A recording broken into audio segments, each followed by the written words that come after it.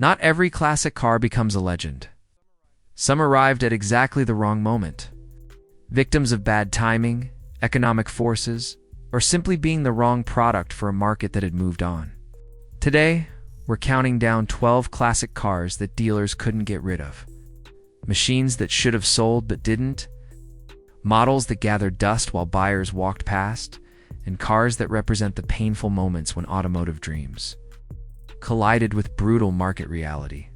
From AMC's struggle for credibility to Detroit's desperate attempts to keep muscle alive during the malaise era, these are the classics nobody wanted. This is the story of ambition meeting rejection. Number 12. 1980 Chevrolet Camaro Z28.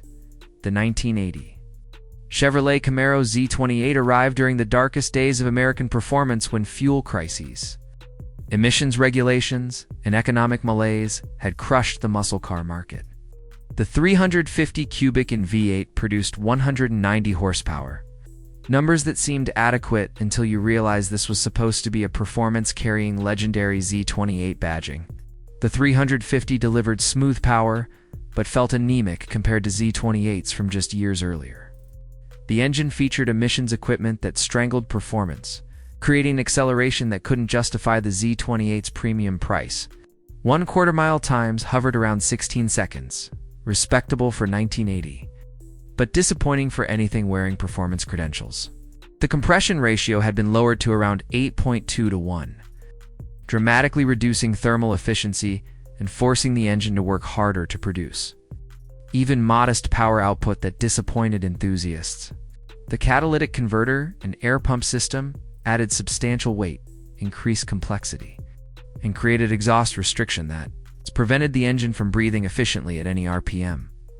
The carburetor was calibrated primarily for emissions compliance and fuel economy, rather than performance, creating flat spots in the power delivery and hesitation during acceleration that made spirited driving frustrating. The exhaust system featured restrictive manifolds and small-diameter pipes that strangled exhaust flow, preventing efficient expulsion of combustion gases and limiting power throughout the entire operating range. The ignition timing was significantly to reduce emissions, costing additional horsepower and creating power delivery that felt even more lethargic than the already disappointing numbers suggested. The 0 to 60 time typically exceeded 9 seconds. Genuinely slow performance that made the Z28 feel underpowered in every driving situation from highway, merging to stoplight acceleration against economy cars. The trap speeds at the end of quarter-mile runs barely exceeded 80 miles per hour, numbers that would have been acceptable from a 6-cylinder family sedan, but were humiliating from a V8 wearing legendary Z28 badging and performance credentials. The fuel economy was terrible, despite the low power output, typically returning 14 to 16 mpg in mixed driving, meaning buyers suffered both poor performance and poor economy in a lose-lose combination. The engine's torque peak occurred at relatively low RPM, around 2,500 revolutions per minute, but the actual torque production was so modest that the low-end grunt muscle car enthusiasts expected and demanded simply didn't exist. The transmission gearing was tall to improve fuel economy and reduce emissions, but that meant the already weak engine was constantly laboring in gears too high for the available power, creating sluggish response. The clutch was light and easy to operate for daily driving comfort, but that provided little consolation when the engine couldn't deliver enough power to make spirited driving rewarding, exciting, or even possible. The throttle response was sluggish due to the large carburetor ventures and emissions equipment delays that created a frustrating disconnect between pedal input and actual acceleration, making the car feel even slower than the numbers indicated. The engine note was uninspiring and muffled, strangled sound that lacked the aggressive exhaust tone muscle car buyers expected, and instead sounded like a tired family sedan struggling uphill under load. The cooling system was barely adequate for the engine's modest heat output, but even moderate ambient temperatures during summer could cause the Z28 to run hot in traffic, adding unreliability to the long list of disappointments. The maintenance requirements were typical for emission-strangled early 8 South engines, requiring frequent tune-ups, carburetor adjustments, and emission system servicing that added ownership costs without improving the dismal performance or addressing the fundamental problems. The overall driving experience was one of constant disappointment for anyone remembering Z28s from better times, with every acceleration attempt serving as a reminder that the muscle car era was truly dead and not coming back anytime soon.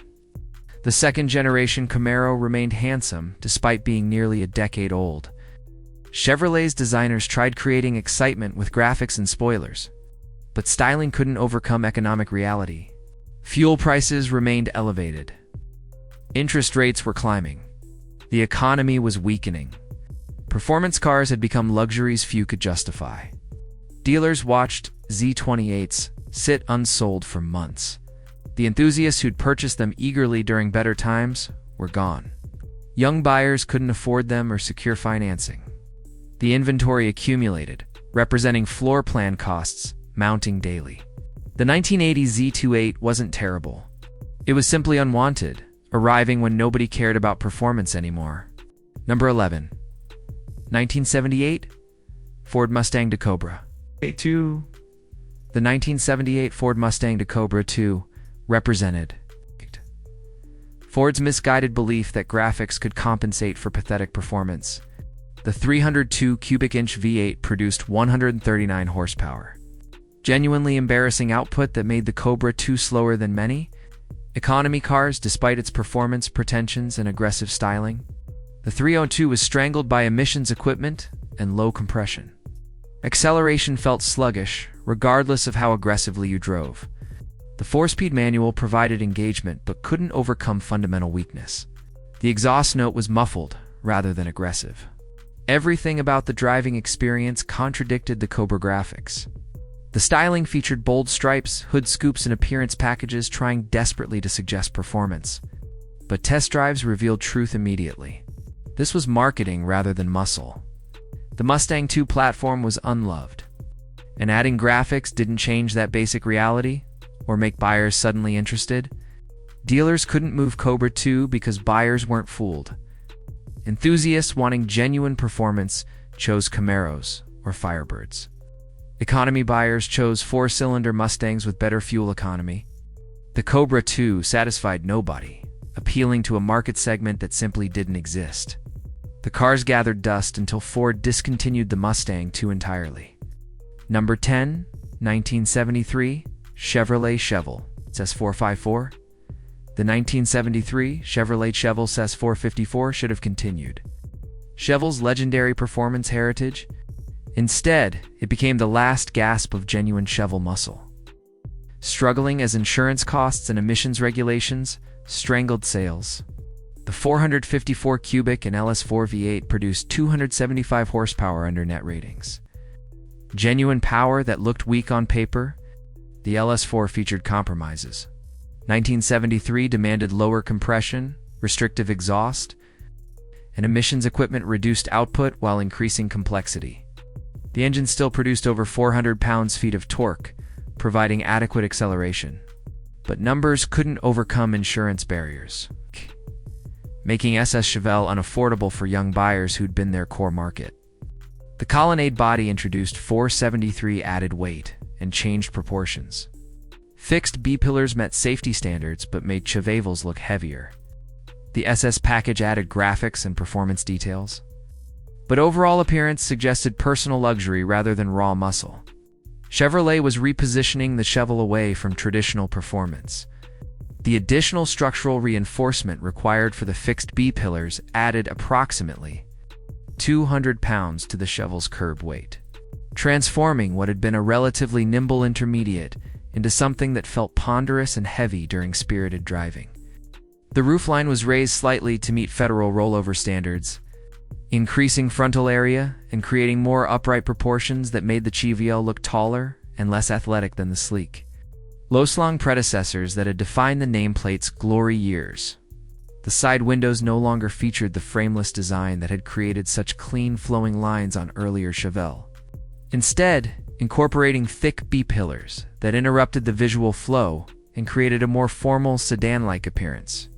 The front end featured larger Federale-manded bumpers that protruded further from the body, adding visual bulk and disrupting the clean integration that had characterized Ow. earlier Chevelle styling and made them so attractive. The rear bumper was similarly massive and protruding, creating a heavy, blocky appearance that emphasized the car's substantial mass. Rather than suggesting speed or agility that muscle cars were supposed to embody, the greenhouse was larger, with more glass area to improve visibility and meet safety requirements. But this made the body look smaller in proportion and reduced the aggressive hunkered down stance that had made earlier Chevelles look purposeful and mean. The beltline was raised, meaning the side glass was smaller vertically, creating a more massive slab-sided appearance that suggested luxury sedan rather than performance coupe designed to dominate streets and strips. The opera windows in the Sapler were available and heavily promoted, a styling feature borrowed from personal luxury coupes like the Monte Carlo that had absolutely no place on anything claiming to be a muscle car. Vinyl roof option was prominently featured in marketing materials in dealers' showrooms, further emphasizing the shift toward personal luxury and away from the raw, purposeful simplicity that had defined muscle car aesthetics and appeal. The color palette shifted toward more conservative, mature hues, including earth tones, metallic browns, and muted golds that appealed to older, more affluent buyers rather than the bold, aggressive colors like Hugger, Orange, and Rally Green that had announced performance intentions on earlier models. The interior featured more luxurious materials, including deeper cushioning, upgraded cloth, or vinyl, and wood grain trim on the dashboard and door panels, creating an environment more appropriate for comfortable cruising than attacking back roads or drag strips. The gauge cluster was redesigned with smaller, less prominent instrumentation that prioritized ease of reading during normal driving over the performance Seriant. Large tachometers and gauges that had characterized SS models from the muscle car era's peak. The seats were softer and more deeply cushioned for comfort during long highway drives, lacking the firm bolstering and supportive design that kept drivers planted during hard cornering and aggressive driving that muscle cars were supposed to encourage. The sound insulation was substantially increased with more padding in the doors, floor, and roof, creating a quiet, isolated cabin environment completely at odds with the visceral mechanical experience muscle car enthusiasts wanted and expected. The marketing materials emphasized comfort, convenience, and style rather than performance, featuring images of well-dressed couples at country clubs or upscale restaurants rather than the drag strips, street scenes, and aggressive driving imagery that had sold earlier Chevelle SS models to enthusiastic young buyers. Insurance companies killed SS sales with premiums exceeding car payments. Young buyers couldn't afford coverage. Older buyers chose luxury over performance they no longer wanted. The SS package disappeared after '73, the 454 vanishing from option lists. Dealers watched Chevelle sit unsold, while the market abandoned traditional muscle entirely. Number 9. 1979 Chevrolet Monza Spider 58. The 1979 Chevrolet Monza Spider 58 represented Chevrolet's desperate attempt to position a subcompact as a muscle car. The 3.5 cubic inch V8 produced 145 horsepower, pathetic output, creating only disappointment for anyone expecting genuine performance from over 300 cubic in of displacement. The 305 was strangled by emissions equipment, low compression, and restrictive exhaust. Acceleration felt slow, even by late 7 South standards. The Monza weighed 2,800 pounds, yet the anemic engine meant sluggish performance and poor fuel economy. The 4-speed manual provided engagement, but couldn't overcome fundamental powerlessness. The styling was generic GM subcompact, with nothing distinctive justifying Spider badging. Chevrolet added graphics trying to create visual excitement, but underneath lived a compromised economy car platform. The handling was soft and uninspiring, despite sporting pretensions that the marketing materials tried desperately to create. Dealers couldn't sell Monza Spiders because buyers recognized the truth immediately.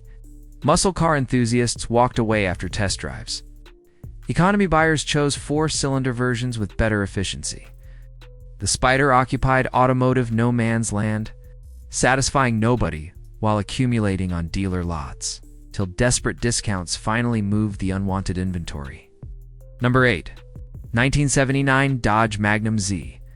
The 1979 Dodge Magnum XE represented Dodge's final attempt at personal luxury performance when the market for such vehicles had completely collapsed. V8 engines ranging from 360 to 400 cubic and produced up to 195 horsepower. Modest output reflecting the era's restrictions and priorities that emphasized efficiency over everything else. The available engines were designed for fuel economy rather than performance. Even the largest 400 cubic in option produced just 195 horsepower. Genuinely weak output from substantial displacement. The 3-speed automatic was standard with 4-speed manual available for traditionalists. Performance felt heavy and slow, regardless of powertrain combination. The styling emphasized personal luxury with formal roofline and presence over athleticism. Dodge offered graphics packages trying to create excitement, but underneath lived a soft, heavy coupe. The interior featured comfort amenities suggesting luxury rather than performance, creating confused character that satisfied neither luxury nor performance buyers. The formal roofline featured a near-vertical rear window and sharp angle at the rear deck that created Lincoln Continental style. Proportions completely inappropriate for anything. Claiming to be a performance vehicle, the hood was long and relatively flat without the aggressive power bulges or functional scoops that muscle cars required, creating an appearance more suitable for a premium sedan than a performance coupe trying to attract enthusiasts. The front end featured a massive chrome grille with vertical bars that emphasized width and presence, but lacked the aggressive, predatory character that performance cars needed to look credible and purposeful. The headlights were large and rectangular, set in chrome bezels that created a formal, upscale appearance, completely at odds with the sleek hidden headlights or aggressive lighting, treatments that characterized genuine performance vehicles. The side profile was slab-sided and formal, with minimal character lines or sculptural elements creating a visual mass that suggested weight and bulk rather than the speed and agility performance buyers expected and demanded. The rear end featured full-width taillights and substantial chrome bumper that emphasized the car's considerable girth, while the high-deck lid and formal proportions made the Magnum look like a shrunken luxury sedan. The wheel openings were large, but the standard wheels were conservative-styled steel units with trim rings, rather than the aggressive mag-style wheels or blacked-out steelies that performance cars required to look credible to enthusiasts. The window frames featured bright chrome trim that caught light and created visual breaks in the body side, emphasizing luxury rather than the blacked-out or body-colored treatments that made performance cars look sleeker and more aggressive. The door handles were large chrome units that protruded, obviously rather than the flush or integrated designs that reduced visual clutter and suggested aerodynamic purpose that performance vehicles should prioritize. The interior featured plush velour seating with deep cushioning and soft bolstering designed for comfort rather than the firm. Supportive bucket seats with aggressive bolstering that held drivers in place during spirited driving. The dashboard was covered in padded vinyl with simulated wood grain appliques that created an upscale appearance completely inappropriate for performance. Applications where function should triumph over decoration and false luxury. The steering wheel was large diameter with thick padding for comfort rather than the smaller, thinner rimmed wheels that provided better control feel and were universally preferred by performance-oriented drivers who valued feedback. The gauge cluster featured small, easy-to-read instruments optimized for relaxed cruising rather than the large, prominent tachometers and performance gauges that allowed monitoring engine speed and vital functions during aggressive driving. The center console was wide and featured deep storage compartments, cup holders, and convenience. Features that emphasize comfort and practicality, rather than the purposeful, driver-focused layouts that characterize genuine performance cars. The effect was a vehicle that couldn't decide whether it wanted to be a personal luxury coupe or a performance machine, failing to satisfy either market segment and creating something that appealed to nobody. Despite Dodge's desperate marketing efforts, dealers struggled with Magnums because the market segment had disappeared. Young buyers wanted efficient imports. Older buyers chose luxury sedans or practical vehicles, making sense economically. The Magnum was too thirsty for economy buyers, too slow for enthusiasts. Dodge canned it after '79, abandoning the segment and admitting traditional American performance was finished. Number 7. 1977 Pontiac Can-Am. The 1977 Pontiac Can-Am represented Pontiac's confused attempt at creating a GTO successor for an era when muscle cars were commercially toxic. The 400 cubic inch V8 produced 200 horsepower, modest output that couldn't justify the Can-Am's aggressive styling or premium pricing in a market that had abandoned performance entirely. The 400 featured emissions equipment and tuning, emphasizing mid-range torque over peak power. Performance felt lethargic compared to muscle cars from better times. Pontiac offered only 3-speed automatic, no manual option, emphasizing that the Can-Am prioritized comfort over genuine performance. Despite aggressive appearance suggesting otherwise, the styling was simultaneously the Can-Am's most distinctive feature and greatest liability. The massive hood scoop, bold graphics, and white and orange color scheme were striking but polarizing. Many buyers found the appearance embarrassingly garish. Underneath the graphics lived a compromised intermediate that couldn't deliver muscle car excitement. Dealers couldn't sell Can-Ams because buyers understood they were paying for graphics rather than performance. Pontiac built only 1277 before discontinuing the model after one disappointing year. The car sat while buyers chose Firebirds or Trans Ams, offering more convincing performance credentials. The Can-Am represented confusion about what performance meant in the late 70s South. Number 6. 1975 Oldsmobile 442. The 1975 Oldsmobile 442 marked the final year. The nameplate resembled anything like a muscle car. The 455 cubic and V8 produced 250 horsepower under net ratings. Modest output disguising substantial torque, but unable to overcome market resistance to traditional muscle that had become commercially unviable. The 455 featured compromises. Mid-70s regulations demanded lower compression, restrictive exhaust, and emissions equipment strangled breathing. The engine produced over 400 pounds-feet of torque, providing adequate acceleration for those understanding how to use it. But performance felt disappointing compared to 442s from when. Oldsmobile actually prioritized speed. The styling emphasized luxury over aggression. Oldsmobile moved the 442 up market, adding comfort features and positioning it as gentleman's performance rather than raw muscle. Graphics were subtle. Interiors were plush, and overall characters suggested refinement. Oldsmobile tried saving the 442 by redefining it, but that redefined killed its soul completely. Dealers watched 442s sit unsold. The nameplate wasn't luxurious enough to compete with. Cutlass Supreme models dominating sales. Wasn't powerful enough for enthusiasts. Remembering when 442 meant genuine performance? The 442 disappeared after '75. Oldsmobile, abandoning performance entirely and admitting muscle cars no longer fit their strategy. Number 5. 1974 Plymouth Roadrunner 440. The 1974 Plymouth Roadrunner 440 represented the last year. Plymouth offered the legendary 440 engine. Dealers struggled moving them as the muscle car market died and buyers abandoned traditional performance. The 440 cubic inch V8 produced 275 horsepower under net ratings. It's adequate output that couldn't overcome buyer resistance to muscle cars. The 440 featured emissions equipment and compromises 74 required. Compression was lowered. Exhaust was restrictive.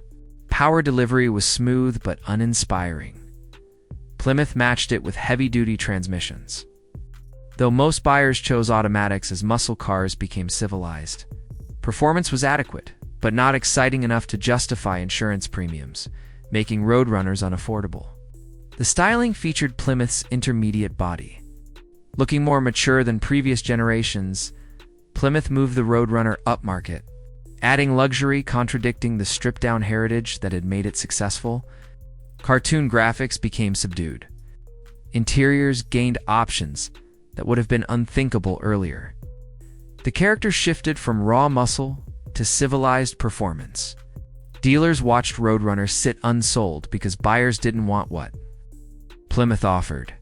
Enthusiasts wanted affordable stripped-down performance Plymouth no longer provided. By adding luxury and raising prices, Plymouth turned the Roadrunner into another mid-size coupe without distinctive character. The nameplate continued, but genuine muscle died in 7.4. Number 4. 1972 Buick GS. Stage 1. The 1972 Buick GS Stage 1 should have been legendary. Instead, it became an orphan dealers couldn't sell as Buick's performance image faded. The 455 cubic inch V8 with Stage 1 equipment produced 360 horsepower. Under gross ratings, the last year Buick would offer such power before regulations killed high-performance engines completely. The 455 Stage 1 featured aggressive camshaft, improved breathing and tuning, delivering massive torque, exceeding 500 pounds-feet. The engine powered the GS brutally when throttle was buried.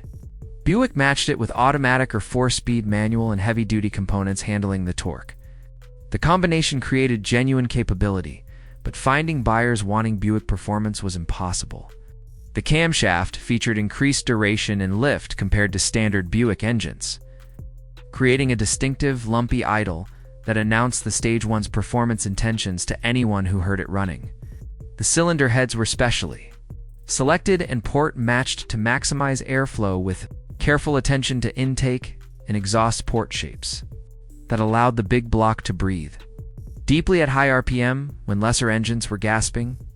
The intake manifold was a low-restriction design that minimized flow losses between the carburetor and combustion chambers, ensuring maximum air and fuel reached the cylinders for complete combustion. The exhaust system featured larger diameter pipes and high-flow mufflers that reduced back pressure dramatically, allowing spent combustion gases to exit efficiently and making room for the next intake charge. The Stage 1 designation included functional hood scoops that fed cool outside air directly to the air cleaner, reducing intake temperatures and increasing air density for measurably more power. The 4-speed manual transmission featured close ratio gearing with a Hurst shifter that provided positive mechanical shifts, allowing drivers to keep the engine in its power band during acceleration. The automatic transmission was the proven turbo hydroatic unit with firmer shift calibration and heavy-duty internal components capable of withstanding repeated full-throttle launches without failure. The rear axle featured a limited slip differential with aggressive lockup characteristics that put power to both rear wheels, dramatically improving traction and preventing the single-wheel burnouts that wasted power. The suspension included heavy-duty springs, larger anti-roll bars, and performance-oriented shock absorbers that controlled body motion during hard acceleration and allowed the GS to put its massive torque to the ground effectively. The styling was restrained with subtle badging, functional scoops, and conservative graphics. The interior was pure Buick. Comfortable seats, quality materials, upscale trim, making the GS feel expensive. This was gentleman's muscle, appealing to mature buyers who'd outgrown flash. But by 72, even those buyers were disappearing as insurance costs and priorities made muscle irrelevant. Buick management was uncomfortable with muscle cars not fitting their luxury identity. Insurance companies were crushing sales. Buick's customers weren't buying high-performance intermediates. Dealers watched GS Stage 1 sit unsold despite discounts and incentives. Buick canned genuine performance after 72, refocusing on luxury. The Stage 1 represented Buick's brief performance experiment and the market's brutal rejection. Number 3. 1971 Dodge Charger Superb. The 1971 Dodge Charger Superb arrived as the muscle car market collapsed completely. Dodge merged the Superb name with the Charger body, offering engines from 383 to 440 cub and producing up to 375 horsepower. But insurance costs, emissions regulations, and market rejection meant Superb sat unsold while the muscle car era died around them. Available engines ranged from moderate 383 to legendary 440 with 375 horses. Even powerful options featured compromises. From emissions equipment, lower compression, and restrictive exhaust, performance was adequate by 71 standards, but disappointing compared to when Dodge prioritized speed. 4-speed manual remained available, though most chose automatics. The styling featured Dodge's handsome Charger body with distinctive graphics and performance badging. But markets didn't care about styling when insurance companies had declared war. Young buyers faced unaffordable premiums. Older buyers chose luxury over performance they no longer wanted. Emissions regulations and safety standards were tightening. The manufacturers' new building Superbs was becoming unsustainable, economically and technically. Dealers watched helplessly as Superbs gathered dust, while sales collapsed industry-wide. Buyers either couldn't afford insurance or chose practical vehicles making economic sense. Dodge discontinued the Superb after 71, consolidating performance before eventually abandoning traditional muscle entirely. The Superb represented everything wrong at that terrible moment. Unaffordable insurance, reduced power, and a market that had moved on completely. Number 2. 1971 Pontiac GTO Judge. The 1971 Pontiac GTO Judge takes second position because it represented the painful end of Pontiac's most outrageous muscle car package. The 455 cubic inch HAV 8 produced 335 horsepower under new net ratings. Still genuine muscle car power, but unable to overcome market forces. Insurance hikes and emissions rules killed demand so completely that dealers couldn't move judges. Pontiac dropped the package after 71, admitting defeat. The 455 HO featured aggressive tuning, delivering strong performance despite restrictions. The engine produced massive torque, making the Judge genuinely quick with brutal acceleration. Overwhelming rear tires, Pontiac matched it with 4-speed manual or automatic and heavy-duty components. Performance remained impressive. Mid-6 con 0 to 60 times and low 14-second. 4 miles proved the Judge could run. But performance couldn't overcome hostile market conditions. The styling in 71 was slightly more restrained, but still unmistakable. Distinctive graphics, bold striping, and trademark rear spoiler remained. Though Pontiac toned down wildest colors, the Judge featured distinctive badging, making it instantly recognizable. But recognition had become liability rather than asset. As insurance companies specifically targeted high-profile muscle cars, insurance companies made the Judge toxic with premiums often exceeding payments. Young buyers faced costs they literally couldn't afford. The outrageous styling attracted exactly the scrutiny Pontiac wanted to avoid. Sales collapsed as buyers either couldn't afford insurance or chose subtle performance, not attracting punitive attention. Pontiac discontinued the Judge after 71, recognizing flamboyant muscle cars had ended permanently. Dealers watched Judges sit unsold for months, despite desperate price cuts. The 71 Judge represented an era ending as quickly as it began. Number 1. 1970 AMC Rebel Machine. The 1970 AMC Rebel Machine takes the top position as the classic car dealers most desperately couldn't sell. A genuinely capable machine from a manufacturer nobody trusted with performance credentials. AMC fitted a 390 cubic inch V8, producing 340 horsepower into the Rebel's body, creating something genuinely quick, competing with Detroit's Big Three. But AMC's weak brand image meant dealers struggled selling machines. Despite legitimate performance capabilities, proving everything right mechanically, but everything wrong from marketing and brand perspectives, the 390 featured ram air induction, aggressive tuning, and components designed for serious performance, matching or exceeding competitors. The engine produced strong power throughout its range, delivering brutal acceleration, competing with GOS and Chevelle. AMC fitted the machine with 4-speed manual, heavy-duty suspension, and aggressive gearing, making it genuinely quick. Quarter-mile times in the low 14-second range proved the machine could run with the best. But performance credentials couldn't overcome AMC's economy car reputation, making buyers skeptical. The styling was deliberately outrageous, becoming its greatest liability. AMC initially offered only red, white, and blue paint with enormous graphics, making the car impossible to miss and impossible to take seriously. The patriotic color scheme was polarizing.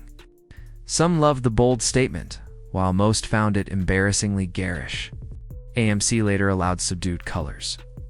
Recognizing not everyone wanted driving a rolling American flag, the functional Ram air hood, bold graphics, and performance details announced intentions. But buyers didn't believe AMC could build genuine muscle when known exclusively for economy cars. Dealers couldn't sell machines because AMC's brand image worked decisively against them. Despite genuine capabilities, muscle car buyers trusted Chevrolet, Pontiac, Dodge, and Plymouth, brands with performance, heritage, and racing credentials. They didn't trust AMC, a company known for ramblers and economy cars rather than muscle and performance. The machine could outrun competitors in straight lines. But buyers didn't care about capabilities, and they fundamentally didn't trust the brand wanting performance from manufacturers with proven records. Not economy car manufacturers trying desperately to crash the party. AMC's limited dealer network meant the machine never achieved visibility or penetration. Overcoming skepticism, sales were disappointingly low. AMC built fewer than 2,000 machines for 70. Before discontinuing the model and retreating to economy cars where they belonged, the machine sat on AMC dealer lots for months, gathering dust. While GTOS and Chevelle sold quickly at Pontiac and Chevrolet stores, despite offering similar or inferior performance, dealers tried everything, discounting, demonstrating genuine performance capabilities, emphasizing value propositions of getting muscle car performance for less money. Nothing worked because buyers wanted brands they trusted, nameplates with heritage, and manufacturers they believed could deliver performance. AMC wasn't on that list. Despite building something genuinely quick and genuinely capable, the Rebel machine was genuinely quick, genuinely well-engineered, and genuinely unwanted. It sat on dealer lots as the ultimate example dealers couldn't eliminate despite offering legitimate performance-matching competitors. Today, surviving machines are collectible precisely because they were commercial failures, rare, capable, representing an MC's brief moment trying building something genuinely exciting before market rejection forced them back to economy cars. But in 1970, they were orphans. Dealers couldn't sell at any price, proving in the muscle car market, brand reputation mattered as much as quarter-mile times. These 12 classic cars prove that capability didn't guarantee commercial success when timing, brand image, regulations, and market conditions turned hostile. From AMC's brand struggles to Detroit's battles with emissions and insurance costs, these cars sat unsold while markets moved on. They represent painful moments when automotive ambition collided with economic reality, when performance became commercially toxic, and when dealers watched classics gather dust. Thank you so much for watching all the way to the end. If you enjoyed this deep dive, please smash that like button, share your thoughts in the comments below. And don't forget to subscribe and turn on notifications so you'll never miss a future update. We've got a lot more exciting tech stories coming your way. Until next time, stay curious, stay inspired, and we'll see you in the next video. Goodbye.